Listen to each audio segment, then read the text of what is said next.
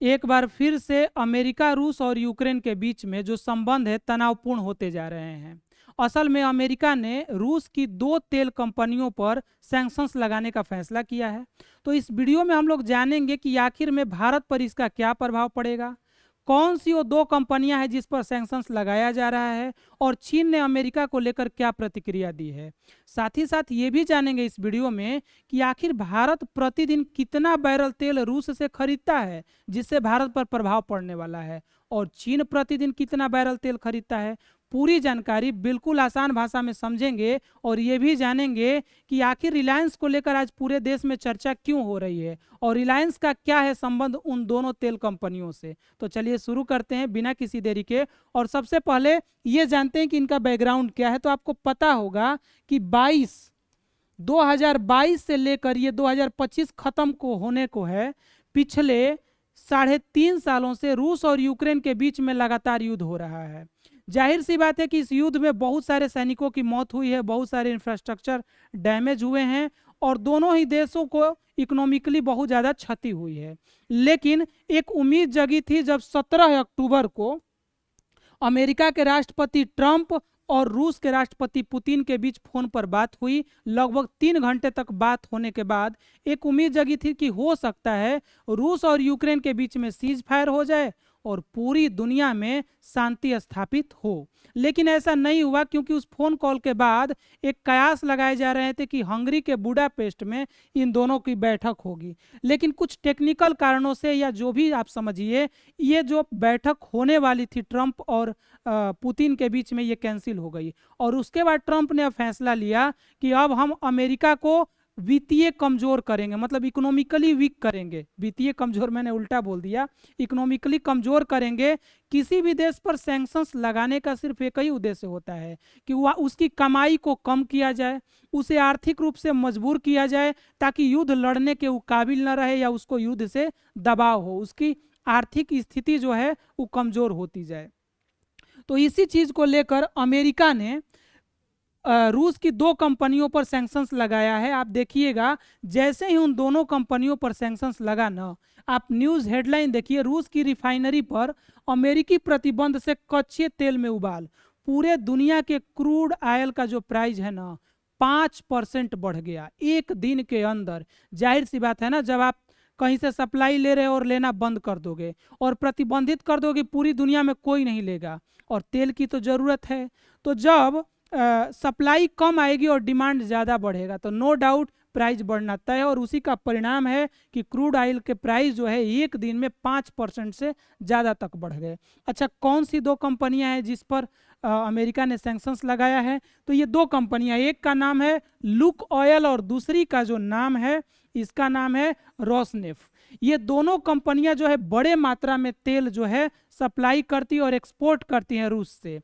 हालांकि आपको ये भी जानना होगा कि जो रोसनेफ है इसका रिलायंस के साथ अच्छा खासा डील है और ये जो है बड़े मात्रा में रिलायंस को तेल सप्लाई करती है।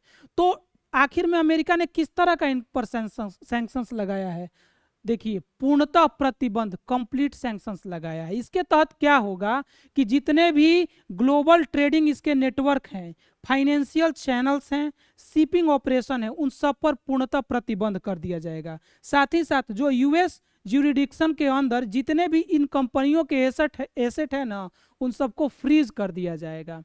और उसके बाद 21 नवंबर से इस पर सेकेंडरी सैंक्शंस भी लग जाएगा। सेकेंडरी सैंक्शंस किसको कहते हैं ये मैं आपको समझाता हूं। देखिए, अमेरिका तो इन पर सैंक्शंस लगा दिया, लेकिन अमेरिका चाहता है कि हम तो इनसे तेल नहीं खरीदेंगे या व्यापार नहीं करेंगे, लेकिन अगर कोई देश या कोई कंपनी इन कंपनियों से डील करती है या तेल खरीदती है तो उस पर भी सैंक्शंस लगेगा। मतलब आसान भाषा में, हम तो इससे बोलचाल नहीं करेंगे, लेकिन अगर कोई दूसरा इनसे बातचीत करने आएगा तो हम उस पर भी कार्रवाई करेंगे, उस पर भी सैंक्शंस लगाएंगे।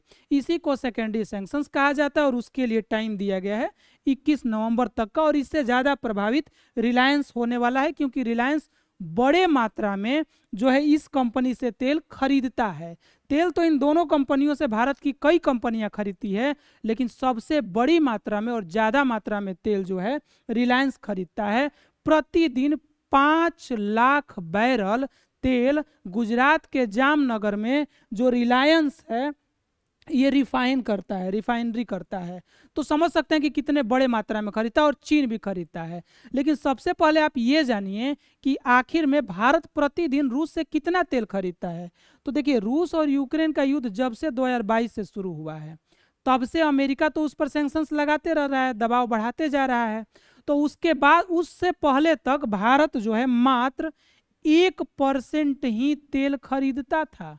कितना परसेंट? 1% अपने जरूरत का रूस से। लेकिन अभी के समय में 37 से 38% तेल जो है रूस से खरीदता है। आप कहिएगा 37 और 38% मतलब समझाइए, बैरल में बताइए कितना बैरल। तो लगभग 1.7 मिलियन बैरल प्रति डे तेल आज के समय भारत रूस से खरीदता है। और इसलिए खरीदता है क्योंकि पर बैरल लगभग 8 से 10 डॉलर का कम चार्ज देना पड़ता है रूस को, इसलिए भारत बड़े मात्रा में रूस से तेल खरीदता है। अच्छा, भारत तो 1.7 मिलियन बैरल प्रतिदिन खरीदता है, लेकिन चीन जो है ना 2 मिलियन यानी 20 लाख बैरल प्रतिदिन तेल जो है खरीदता है रूस के साथ। अब यहाँ पर क्या है कि चीन ने अमेरिका को जवाब दिया और कहा है कि अमेरिका तानाशाही करता है, दादागिरी करता है।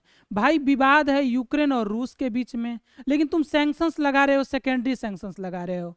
तुम मतलब सबको, पूरी दुनिया को धमकी दे रहे हो कि भाई तुम भी मत खरीदना रूस से तेल, तुम पर भी हम सैंक्शंस लगा सकते हैं। ट्रंप का मानना यह है कि हम रूस को कमजोर करेंगे तो युद्ध रुक जाएगा। लेकिन रूस ने भी, पुतिन ने भी प्रतिक्रिया दी है। उन्होंने कहा है कि रूस की इकोनॉमी पर इससे कोई प्रभाव नहीं पड़ेगा, जरूरत पड़ी तो तेल को हम और ही सस्ता कर देंगे, और देश हमारे तेल को खरीदेंगे।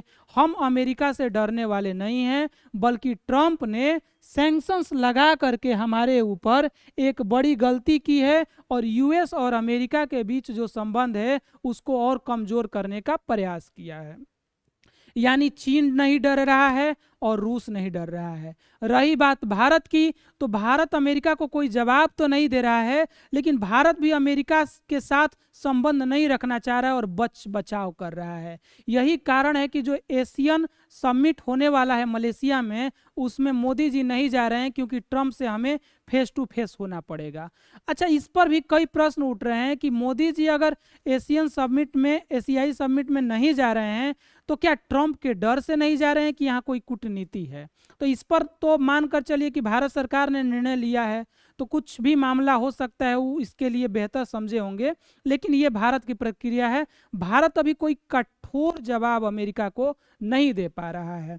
रिलायंस को अब क्या करना पड़ेगा? चूंकि रिलायंस जो है जामनगर में बड़ी मात्रा में क्या करता है, तेल रिफाइनरी करता है। तो अब रिलायंस धीरे धीरे अन्य देशों के साथ, जो खाड़ी देश हैं जहां से तेल आ सकता है, क्रूड ऑयल आ सकता है, वहां पर अपना डील करेगा। और 21 नवंबर से पहले देखना यह है कि क्या होता है। दबाव बढ़ता है भारत और चीन के बीच, भारत और चीन पर अमेरिका का, कि नहीं बढ़ता है।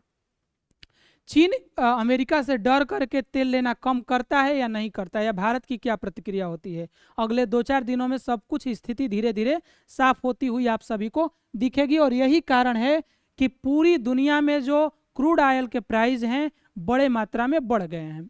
अच्छा, ये सब भी जो कंपनियां हैं, जैसे इंडियन ऑयल कॉरपोरेशन लिमिटेड, ये जब आप पेट्रोल पंप पर जाते होंगे तो इन सबको देखे होंगे, ये सब भी तेल खरीदती हैं रूस से और उन दोनों कंपनियों से। लेकिन ये लोग कम मात्रा में खरीदती है और सबसे बड़े मात्रा में रिलायंस ही खरीदता है, तो रिलायंस को ज़्यादा प्रभाव पड़ने वाला है। लेकिन चीन के साथ उल्टा सिचुएशन है। भारत की तरफ से रिलायंस सबसे बड़े मात्रा में तेल खरीदता है, तो रिलायंस पर सिर्फ प्रभाव पड़ेगा ज़्यादा। लेकिन चाइना में कई कंपनियां मिल करके बड़े मात्रा में तेल खरीदती है रूस से, तो उन पर थोड़ा ज़्यादा प्रभाव पड़ेगा, कई कंपनियों पर प्रभाव पड़ेगा। तो ये भी देखना होगा कि आगे जो चाइना का है क्या कंडीशन है, क्योंकि चाइना और रसिया तो मित्र हैं ही, भारत भी रूस का मित्र रहा है। लेकिन यहाँ दबाव सेकेंडरी सैंक्शंस का है, तो इस दबाव में क्या होता है, और आप यहाँ प्राइस देख लीजिएगा, 65 रुपया 61 पैसा जो दिख रहा है, ये एक दिन पहले लगभग 61 रुपया था। मतलब पिछले 5 दिनों में लगभग 6.5% से ज़्यादा की वृद्धि हुई है क्रूड ऑयल में। अच्छा, ये भी हो सकता है कि कुछ कंपनियां ऐसा प्रयास करती कि चोरी छिपे रूस से तेल खरीदती और अमेरिका को पता नहीं चलता। लेकिन अमेरिका पूरी तरह से इसे मॉनिटर करेगा कि कौन कौन देश उन कंपनियों के पास और कौन कौन कंपनियां आ रही वहां पर तेल खरीदने, और जो भी पकड़ी जाएंगी उन्हें ब्लैकलिस्ट हो जाएगा, उन्हें कर दिया जाएगा। साथ ही साथ ये भी नहीं है ना कि आप गए तेल खरीदे लोड किए और आ गए, आपको ट्रांजेक्शन करना होता है डॉलर में, वहाँ बैंक की ज़रूरत होगी। बैंक भी इन्वॉल्व नहीं होगा क्योंकि उस पर सेकेंडरी सैंक्शंस का डर है कि भाई बैंक पर भी सेकेंडरी सैंक्शंस लग जाएगा।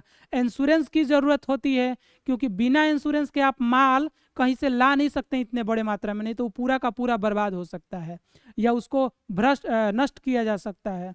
तो इंश्योरेंस की दिक्कत है, बैंकिंग की दिक्कत है, और डॉक्यूमेंटेशन सिक्योरिटी की ज़रूरत होती है। आपके पास जब डॉक्यूमेंट नहीं रहेगा तो आपको पकड़ करके और आपके सभी सामानों को नष्ट कर दिया जाएगा।